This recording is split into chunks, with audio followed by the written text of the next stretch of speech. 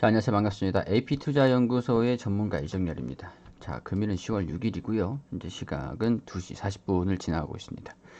자, 지금 함께 살펴보실 종목은요. 이노와이어리스라는 기업이고요. 코드 번호는 073490입니다. 자, 이노와이어리스. 제가 그동안 5G 인프라와 함께 5G 스몰셀 장비의 매출, 삼성전자의 거래처, 그런 부분들을 좀 설명드려 왔었습니다. 자, 5G라는 것은 이제 인프라 경기 정부의 그런 정책에 의한 그런 변동성이 상당히 큽니다. 경기 업황 자체가 마우스로 글씨를 쓰니까 상당히 악필이 되는데 자 업황이 좀 그 정부의 정책으로 인해서 인프라 투자 이런 부분에서 많은 영향을 좀 미치는 요인이기도 합니다. 자, 이때 우리가 FOMC에서 정부 그 정책적인 부양책에 좀 선을 좀 그으면서 한 거는 좀 물러나면서 유동성 정책의 그런 마지막이 되는 것이 아닌가 하는 그 우려감은 존재를 했습니다. 그렇기 때문에 주가가 좀 대부분 하락을 했는데 이노 와이어리스뿐만 아니라 대부분의 종목들이 많은 큰 폭의 하락을 좀 보여줬던 그런 시기가 아닌가 싶습니다. 그렇기 때문에 비단 이노와이어리스의 그런 악재로 인해서 주가가 하락했다기보다는 주가가 지수 자체의 변동성으로 인한 강제적인 반영이다라는 부분들 설명을 좀 드렸었고요. 그리고 뭐 처음 보시는 분들을 위해서 설명을 간단하게 드리자면은 이 종목 같은 경우는 스몰셀. 자, 제 지난 영상에서 이전 영상들에서 스몰셀이 어떤 건지도 자세하게 설명을 좀 드렸었죠. 스몰셀이라고 하면은 우리 지하라든가 건물 안에 이제 기지국에서 안테나로 이렇게 5G를 쏘아 보내면은 건물 안에는 통신이 잘 되지 않습니다. 그렇기 때문에 건물 안에도 이렇게 장비를 이렇게 설치를 해서 지하라든가 이런 장비를 통신해서 이 안에 있는 사람이 이 통신을 이렇게 주고받고 하는 그런 장비다라고 말씀을 드렸었죠. 국내에는 5G 인프라 투자가 본격적으로 마무리되고 이제는 트래픽, 용량 문제다. 트래픽, 용량 문제지만은 기존에 이제 일본, 유럽, 그리고 미국, 그리고 또 인도, 중국 이런 국가들, 다양한 국가들한테 5G 인프라가 이제 인프라 투자가 진행이 될 것이다. 자, 중국은 일단 제외를 할게요. 많이 아시다시피 중국에 우리 장비가 사용한 일은 거의 없을 겁니다. 일본, 유럽, 미국, 인도 시장에서 미국이 지금 중국을 지금 공격을 막 하고 있죠. 공격을 하웨이라든가 5G 그런 장비를 중국 장비를 쓰지 말라라고 얘기를 한 상황에서 국내라든가 그 유럽의 장비사라든가 일본의 장비사라든가 그런 쪽으로 좀 많이 들어오고 있습니다. 국내 같은 경우에는 삼성전자가 있죠. 삼성전자가 이노와이어리스랑 거래처기도 합니다. 거래처. 그리고 이런 스몰셀 장비를 납품하고 있는 그런 상황인데 이런 국가적인 인프라 우리도 정부의 정부의 주도하에서 5G 인프라 투자가 진행이 되어 왔잖아요. 지금까지 뭐 인터넷이라든가 그런 부분에서도 보시면 알 수 있듯이 이런 인프라 투자 같은 경우에는 정부의 카드다, 정책 카드다. 라고 말씀을 좀 드릴 수 있을 것 같습니다. 자, 이런 정부들을 좀 봤을 때 중국도 마찬가지일 거고, 인도, 유럽, 미국도 마찬가지일 겁니다. 경기가 어려울 때 우리 기존은 어떻게 했었습니까? 경기가 어려울 때는 건설 인프라, 도로 인프라, 이런 것들을 인프라를 그 확충을 해가지고 투자를 해서 일부러 땅도 뒤집어 엎고 이렇게 해가지고 인부들에게 월급을 주면서 일자리를 창출을 했고 고용시장을 좀 안정화시킨 다음에 경기 바닥 경제 지하는 아니고 이제 바닥 경제를 조금 탄탄하게 하는 그런 인프라 투자를 정부에서 이제 좀 주도하에 진행이 되어 왔었습니다. 우리 5G 투자가 국내에는 먼저 진행이 됐었지만은 지금 이제 코로나로 인해서 국내에서도 이제 5G는 상용화가 다 되고 있는 상황이지만 이제는 트래픽 문제, 트래픽이 2년 이후에 필요한 트래픽이 지금 코로나로 인해서 재택근무라든가 언택트가 좀 발전을 하면서 트래픽이 많이 지금 그 수요가 증가되면서 증설이 필요한 상황. 으로 진행이 되고 있고요. 그리고 미국 같은 경우에서 주파수 경매가 이제 끝나면서 버라이즌의 수주를 삼성전자가 8조 가량을 그 수주를 계약을 한 적이 있습니다. 그렇기 때문에 지금 우리 FOMC 때문에 주가가 조금 조정을 받았다고 했잖아요. 이건 글로벌 증시도 마찬가지거든요. FOMC에서 글로벌 부양책에 대한 좀 한 발 물러나는 그런 기조를 좀 보여주면서 이제는 정부에서 주도하에 경기를 좀 부흥을 시킬 필요는 있다라고 얘기를 한 적이 있습니다. 자, 이제 보면은 FOMC는 한 발 물러났어요. 그럼 이제 정부한테 공을 넘겼죠. 미국 정부한테. 미국 정부한테 공을 넘겼는데 사실 좀 복잡하긴 합니다.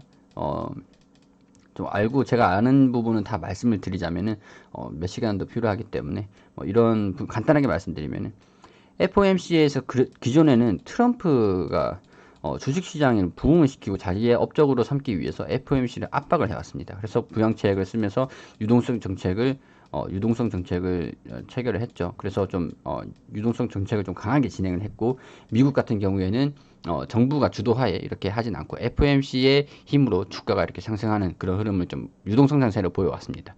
자, 이제 미국이 대선이 남아 있어요. 그렇기 때문에 트럼프가 대선이 될지 뭐 그런 모르는 상황에서 관망세를 유지를 하는 거죠. 관망세. 그런 다음에 미국이 대선이 예정되는데 뭐 어느 국가든 똑같아요. 대통령이 당선이 되기 위해서는 저는 경기를 어떻게 부흥하겠습니다. 이런 뭐 경기 공약을 걸잖아요. 대선 공약. 그런 것들을 지금은 코로나고 지금은 경기가 악화되는 그런 것들을 부응하기 위해서 그런 공약을 진행을 할 거다라는 부분들을 얘기를 하면서 추석 이전부터는 제가 이때 추석 이전에는 상승이 좀 제한적인 모습을 좀 보이겠지만은 추석 이후에 지나가면서 이제는 미국의 부양책이 다시 한번 나와줄 것으로 기대를 할 거다라는 부분에서 추석 이후에 대선 11월 3일 대선이 예정되어 있으면서 이때까지 부양책에 대한 기대감이 동반됐다가 이제 이때 11월 3일 대통령 당선된 이후에는 부양책이 실제로 진행이 될 거다. 자, 그러면 FOMC가 유동성을 불어넣었다가 이제는 미국 정부가 부양책과 FOMC가 또 다시 한번 미국 정부가 압박을 하면은 부양책을 좀 유동성을 좀 확보를 하면서 경기를 좀 부흥시키기 위한 인프라 투자가 단행이 될 수가 있겠죠. 자, 5G 인프라 그리고 유동성. 일각에서는 FOMC가 한 발 물러나면서 유동성 장세가 끝났다라고 얘기를 합니다. 야, 그렇지만 저는 생각이 다릅니다. 미국 정부에서 대통령이 새로 선출이 되거나 아니면 트럼프가 다시 재선이 되거나 그렇기 때문에 경기를 그냥 내팽개칠까요? 아니죠. 부양책을 진행을 하면서 경기를 어떻게 단기적으로라도 눈속임으로라도 좀 부흥을 시키기 위한 조치를 실행을 하겠죠. 그런 부분에서는 유동성 상세는 아직 끝나지는 않았다. 단지 숨 고르기를 하고 있을 뿐이다. 대선을 예정해 두고. 자, 그런 부분을 지금까지 설명해 드려 왔었습니다. 자, 그리고 주가가 좀 반등하는 흐름을 좀 보여왔었는데, 이때 강제적으로 좀 하락하는 흐름이 있기 때문에 이 부분의 주가를 단기적으로 좀 회복하려는 움직임을 보여주고 있지만 상승세는 좀 제한적인 모습을 보여주고 있습니다. 자, 22평선에서의 저항을 좀 받고 있는 것이 확인이 되고 있죠. 22평선. 노란색 선이 22평선입니다. 20일간의 이동한 그런 주가를 평균적으로 나타낸 선인데 이 선을 좀 돌파를 해야 돼요. 근데 오늘은 돌파하는 모습을 좀 보여주려고 하다가 아직은 돌파를 못하고 있는 상황인데 우선은 지금 주가 조정세를 마무리하고 있는 흐름을 좀 보여주고 있고 상승세를 추세적인 상승을 보여주기 직전의 흐름을 좀 보여주고 있다라고 볼 수가 있습니다. 여기서 또 돌파를 하지 못하고 시장이 갑작스럽게 또 악화가 되면은 57,500원까지는 좀 떨어질 수 있으니까 이런 부분에서 염두는 해두시고 여기서 이제 돌파를 하면은 67,500원까지도 상승할 수도 있다. 단기적으로 말씀드리는 겁니다. 장기적으로는 추후에 움직임을 보면서 계속 설명을 드릴 겁니다. 자, 그런 부분에서는 지금 이제 이때 매수하신 분들은 가지고 계시면 되겠지만 이때 매수하신 분들은 그냥 뭐 크게 차이는 안 납니다. 그렇기 때문에 가지고 계시는 것도 괜찮을 것 같고요. 이때 매수하신 분들은 지금 한번 매수를 좀 비중 확보를 좀 하면서 이탈하지 않는 한 이게 소폭 이탈을 하면 이쯤에서 다시 매수를 하셔도 되겠지만은 이때도 비중을 추가하셔서 평균 단가를 한번 또 낮춰보시는 것도 괜찮은 전략이다라는 부분 말씀드릴 수가 있을 것 같습니다. 자, 우선은 추세적인 조정을 좀 마무리하고 있는 흐름을 보여주고 있지만 22평선을 돌파를 해야 추세가 상승 추세로 전환이 된다는 부분 참고하실 필요가 있다는 말씀 드리도록 하고요. 그리고 이제 대선이 좀 진행이 될수록 부양책에 대한 기대감이 계속 나와줄 것으로 예상이 되기 때문에 5G 인프라라든가 그런 부분은 향후 인프라 투자라든가 유동성 장세가 지속이 되면서 상당히 밀접하게 연관되어 있습니다. 그렇기 때문에 그렇게 판단을 하셔가지고 주가 매매하시는데 참고를 하시면은 도움이 되실 것 같습니다. 자, 그리고 저희가 매일매일 무료 종목 추천을 해드리고 있습니다.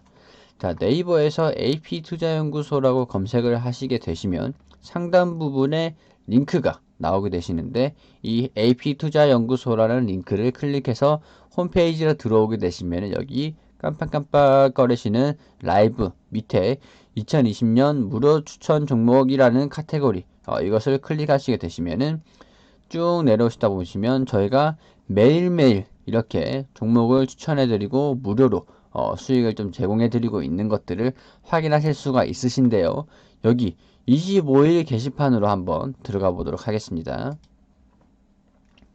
자, 들어오게 되시면은 우리 장전부터 시작해서 국내외 시황부터 시작을 해서 9시부터는 종목 추천을 해드리고 있는데요.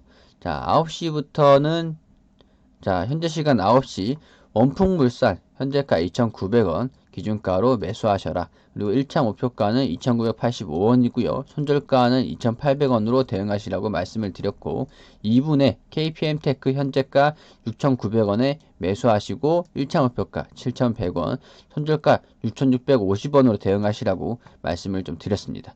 그리고 4분에 제이시언 시스템이 현재가 8,750원 기준가로 매수를 하시고 1차 목표가 9,010원, 손절가 8,450원으로 대응하라고 세 종목 추천드렸다고 댓글로 이렇게 리딩을 해드리고 있습니다.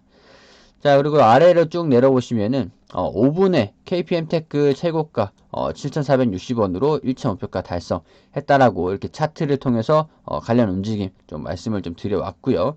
그리고 그 이후에 원풍물산도 1차 목표가 3,015원으로 1차 목표가 달성했다라는 부분들 말씀드렸고, 자, 제이시언 시스템도 1차 목표가를 돌파를 했다고 이렇게 그 차트를 통해서 또 호가를 통해서 이렇게 세세하게 추천을 좀 드렸습니다. 수익을 좀 드렸죠. 저희가 무료 종목으로 수익이 좀 필요하신 분들은 들어오셔가지고 도움을 받으셨으면 좋겠다는 말씀 드리면서, 종목이 필요하신 분들은 홈페이지로 오셔서 많은 도움 받아 가셨으면 좋겠습니다.